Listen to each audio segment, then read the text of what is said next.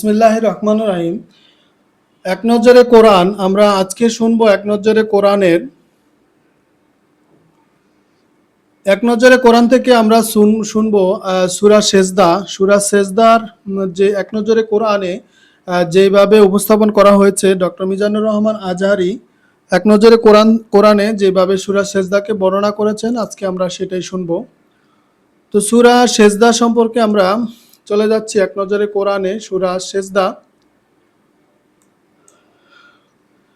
তারতিব বিল নুজুল অর্থাৎ নাজিলের ধারাবাহিকতা তথা কোন সূরার পর নাজিল হয়েছে সেই বিবেচনায় এটি ৭৫ নম্বর সূরা। এর আগে সূরা মুমিনুন ও পরে সূরা তুর নাজিল হয়েছে। আর তারতিব ফিল মুসহাক অর্থাৎ বর্তমান কোরআন মজিদের বিন্যাস অনুযায়ী এটি ৩২ নম্বর সূরা। এর আগে সূরা লোকমান ও পরে সূরা আহজাব নাজিল হয়েছে। আর এটি হচ্ছে মাক্কি যুগের শেষের দিকে নাজিল হয়েছে সূরাটি। এটা হচ্ছে কোরআন শরীফের ৩২ নম্বর সূরা। আর এতে আয়াত রয়েছে ৩০টি।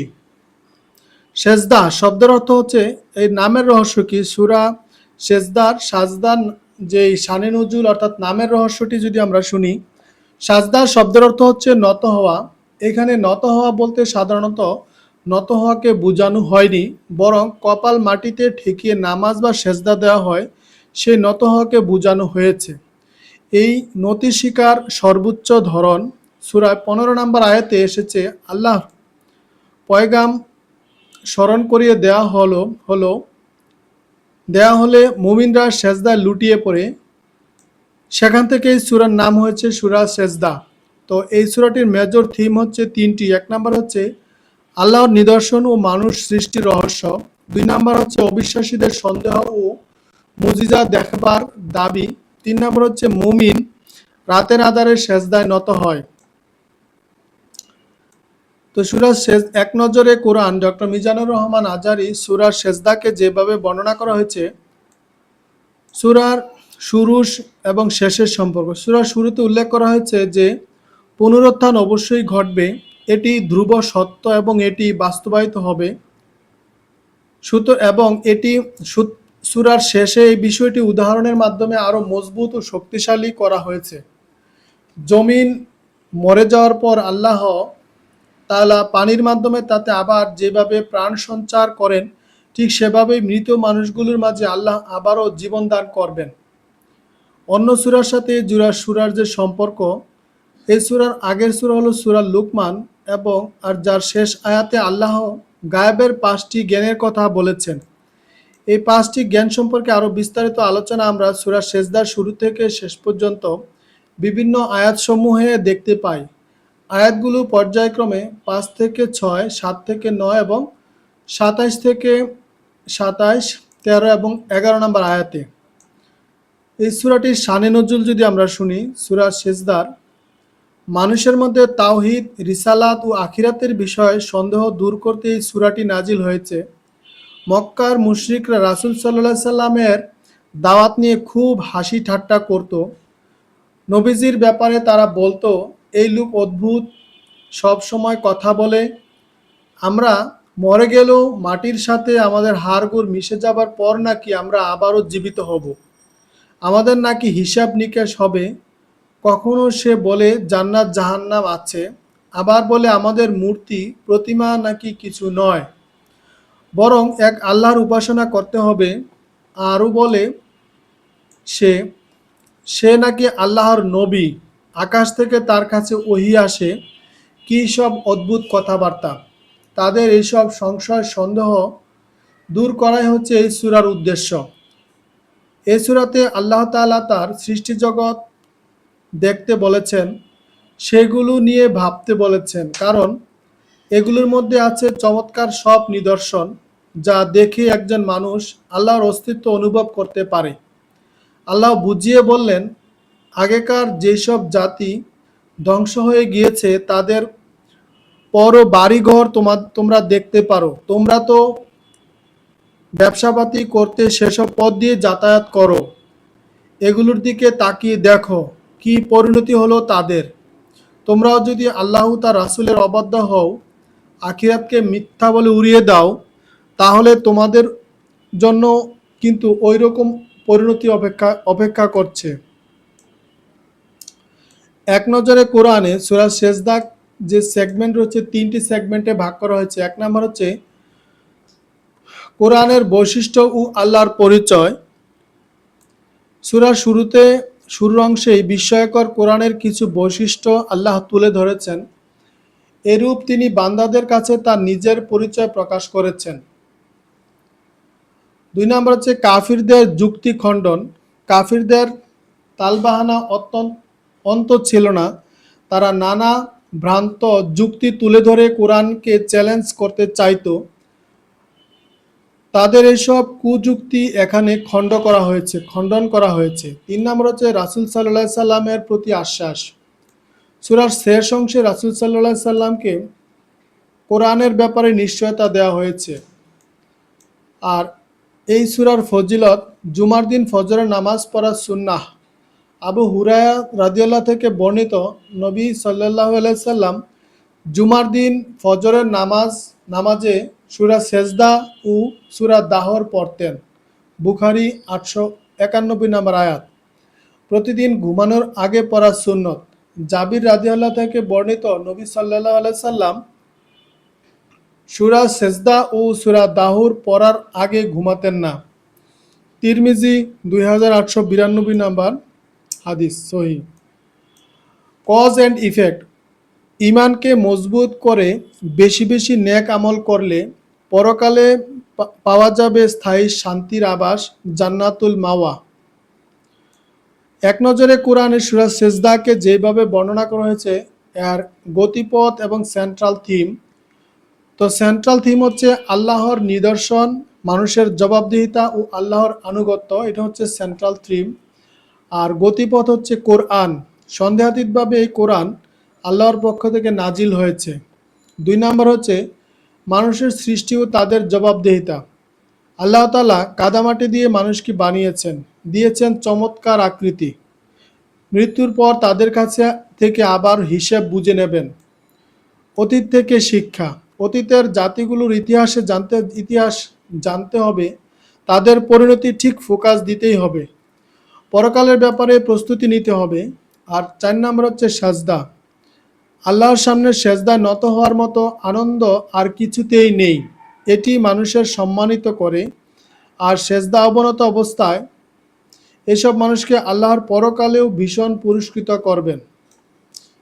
সূরা সেজদার যে ওভারভিউ আয়াত রয়েছে এবং আয়াতের সংক্ষিপ্ত আকারে বলা হয়েছে যেভাবে,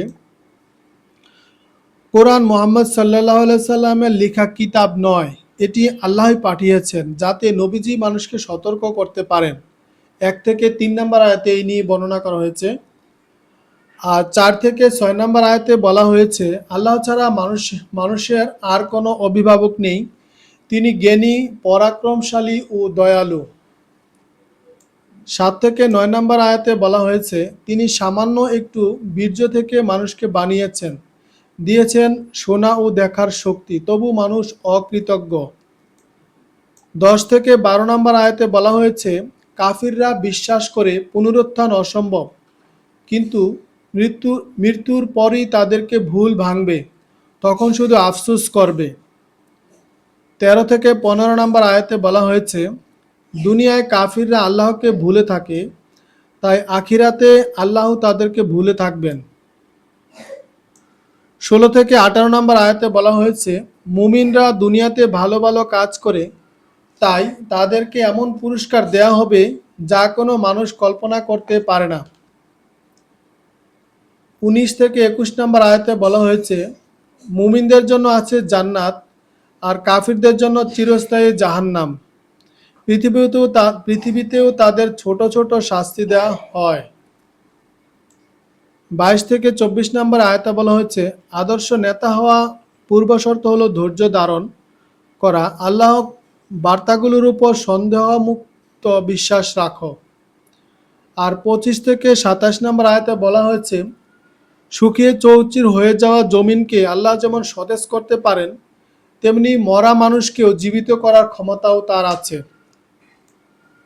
28 থেকে 30 নম্বর আয়াতে বলা হয়েছে হাসরের মাঠের অবস্থা দেখে সব কাফির ইমান এনে ফেলবে, কিন্তু সেদিন ঈমান তার কোনো কাজে আসবে না। সূরা সেজদা আমরা শুনছি এক নজরে কোরআন থেকে। এক নজরে কোরআনে সূরা সেজদার যে কেস স্টাডি রয়েছে, কেস স্টাডিটি আমরা শুনি। যারা আল্লাহর পয়গামকে সত্য বলে মানে, তাদের বৈশিষ্ট্য তুলে ধরতে গিয়ে আল্লাহ সূরাটির 16 নম্বর আয়াতে বলেন, রাতের এক পর্যায়ে যাদের পিঠ বিছানা থেকে উঠে যায়, যারা নিজেদের রবকে আশা ও ভয় নিয়ে ডাকে, আর আমি সেসব জীবিকা দিয়েছি, সেখান থেকে তারা দান করে।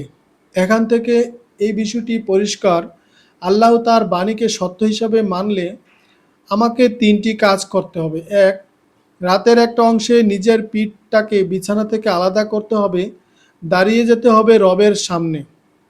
2 নাম্বার, এবার রবকে ডাকবার পালা, তবে সেই ডাকে সাধারণ কোনো ডাকা নয়, আল্লাহর শাস্তি ভয় আর তার রহমতের আশা নিয়ে তাকে ডাকতে হবে। 3 নাম্বার হচ্ছে, তিনি যেসব সম্পদ আমাদেরকে দিয়েছেন সেখান থেকে সাধ্যমতো দান করতে হবে। এই কাজগুলো ঈমান আনার দাবি প্রমাণ, তাই এই বিষয়টির উপর গভীরভাবে দৃষ্টি দেওয়া প্রয়োজন। তিরমিজি শরীফ 2527 নম্বর আয়াত, আর ইবনু খুজাইমা সহি 2137 নম্বর আয়াত। রিফ্লেকশন বা তাদাব্বুর।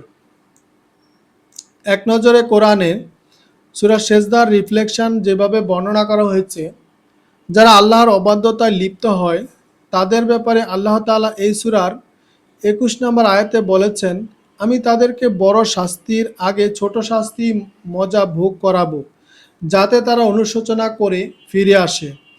এই আয়াতটি তিনি গভীর চিন্তা ভাবনার সুযোগ আছে। এখানে বড় শাস্তি বলতে বোঝানো হয়েছে জাহান্নামের আগুন, আর ছোট ছোট ছোট শাস্তি অর্থাৎ দুনিয়ার বিভিন্ন দুঃখ যন্ত্রণা, কঠিন রোগ, ভয়াবহ দুর্ঘটনা, ভূমিকম্প, বন্যা, মহামারী, দুর্ভিক্ষ ইত্যাদি এমন ছোট শাস্তির উদাহরণ। আল্লাহর পক্ষ থেকে এইসব পাঠানো হয় যাতে বড় শাস্তি ভোগ করার আগেই মানুষ সচেতন হয়ে যায়। দুনিয়ার আল্লাহর কোনো মানুষকেই একেবারে পরম আনন্দে রাখেননি, কারণ এতে মানুষ এই ভুল ধারণায় লিপ্ত হয়ে পড়বে যে তার চেয়ে বড় আর কোনো শক্তি নেই যা তার কোনো ক্ষতি করতে পারে। তাই তিনি এইসব বিপদ আপদের মাধ্যমে সতর্ক সংকেত পাঠান। বড় শাস্তি থেকে বাঁচতে মানুষের জন্য নিজেকে শুধরে নেন। ইবনে কাসির তাফসির নাম্বার হচ্ছে 6148, সালাবি তফসির 221-এর 298 নাম্বার হাদিস।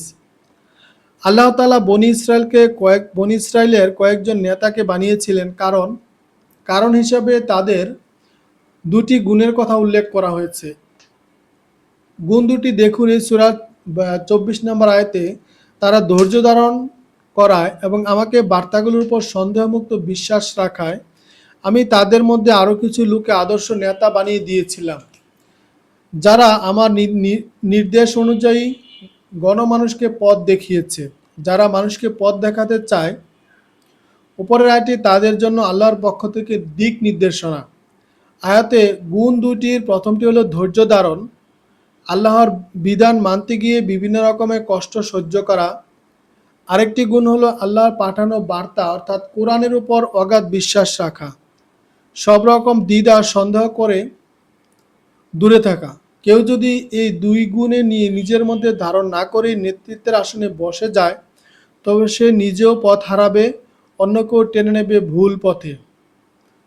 হাকিম আল মুস্তাদরাক 3666 নম্বর আয়াত, বাইহাকি শুআবুল ইমান 9717 নম্বর আয়াত।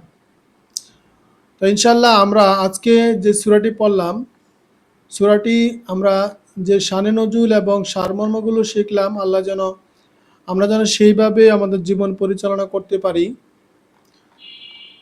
সূরার সেজদার যে সারমর্মগুলো শুনেছি আমরা যেন সকলে মানতে পারি।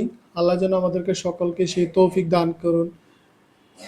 সবাই বলি আমিন ইনশাল্লাহ। তারপরে যে আমরা সূরা পড়ব সেই সূরাটির নাম হচ্ছে আহজাব, সূরা আহজাব। তো এক নজরে কোরআনে আমরা ইনশাল্লাহ এইভাবে সবগুলো সূরা ইনশাল্লাহ আপনাদের শোনানোর চেষ্টা করব। আপনারা একে একে সবগুলো সূরায় পেয়ে যাবেন। তো আমাদের এই ভিডিও সামনে পেছনে আপনারা ভিডিওগুলো পেয়ে যাবেন। সকলকে আবারও সালাম, আসসালামু আলাইকুম রহমতুল্লাহি ওয়া বারাকাতুহু।